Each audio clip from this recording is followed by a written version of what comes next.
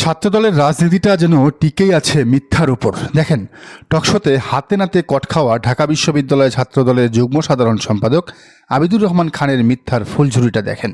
নিজের কথাই একদিন পর অস্বীকার করছেন। তিনি আবার ঢাকা বিশ্ববিদ্যালয়ের বহুল আলোচিত ডাকসুর ভিপি প্রার্থী।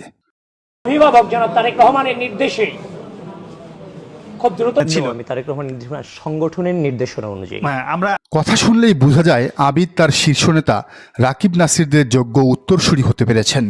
একদিন হয়তো রাকিব নাসির থাকবেন না, কিন্তু তাদের ফেলে যাওয়া মিথ্যা আর দায় দিয়ে দেওয়া রাজনীতি টিকে থাকবে যুগ যুগ ধরে এই আবিদদের হাত ধরেই। তো এই আবিদরা ছাত্র শিবিরের প্যানেল দেখে পুরো আওলায় গেছে। স্বয়ং তারেক রহমানও দোদুল্যমান।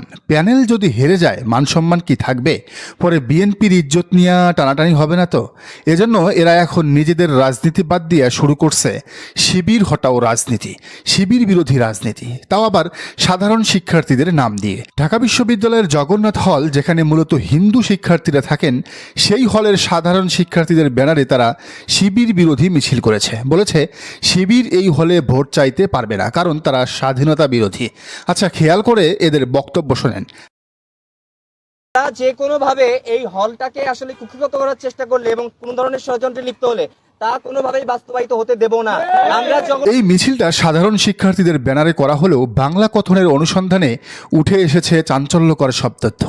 মিছিলের ফুটেজ বিশ্লেষণ করে দেখা যায় এখানে উপস্থিত প্রায় সকলেই ছাত্র দলের পদধারী নেতা। এই ছবিটা দেখেন। ঢাবির জগন্নাথ হলে শিবিরের রাজনীতির বিরুদ্ধে সাধারণ শিক্ষার্থী হিসেবে বক্তব্য দিচ্ছেন মধুসূদন কুণ্ড ঋষিকেশ।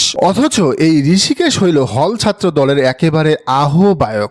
সদস্য সচিবও আছেন এই মিছিলে। বিক্ষোভে নেতৃত্ব দিচ্ছেন হল ছাত্র দলের সদস্য সচিব সাধারণ শিক্ষার্থী প্রসেনজিৎ বিশ্বাস।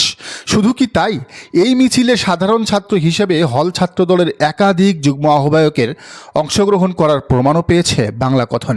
আছেন বাম জোটের ক্যারিয়ার ডেভেলপমেন্ট সম্পাদক পদপ্রার্থী লিটন ত্রিপুরাও। মানে বাম আর ছাত্রদল মিলেমিশে একাকার। আসলে ছাত্রলীগ আওয়ামী লীগরে যেমন এই বামরা খাইছে, বিএনপি আর ছাত্র দলেও তারাই খাবে। ছাত্র দলের নিজেদের কোনো রাজনীতি নাই, বয়ান নাই, বামেদের থেকে ধার করে চলে তারা। ছাত্রদল, তোমার এই করুণ পরিণতি হইল কিভাবে? জগন্নাথ হলে বাম জোটের সাথে মিলেমিশে ছাত্র দলের স্লোগান শুনে মনে হচ্ছিল এটি একখণ্ড দিল্লি। দিল্লির সেবাদাস মিছিলে জগন্নাথ হলের সাধারণ শিক্ষার্থীরা কেউই ছিল না। বাম আর ছাত্রদল নেতাকর্মীদের নিয়েই ছিল এই মিছিলটি।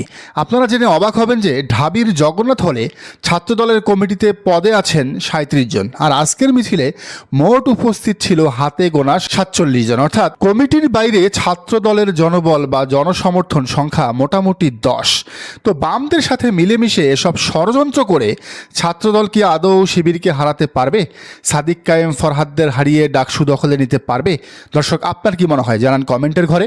আর এই চ্যানেলে নতুন হলে অবশ্যই সাবস্ক্রাইব করে বেল আইকনটি বাজিয়ে রাখুন।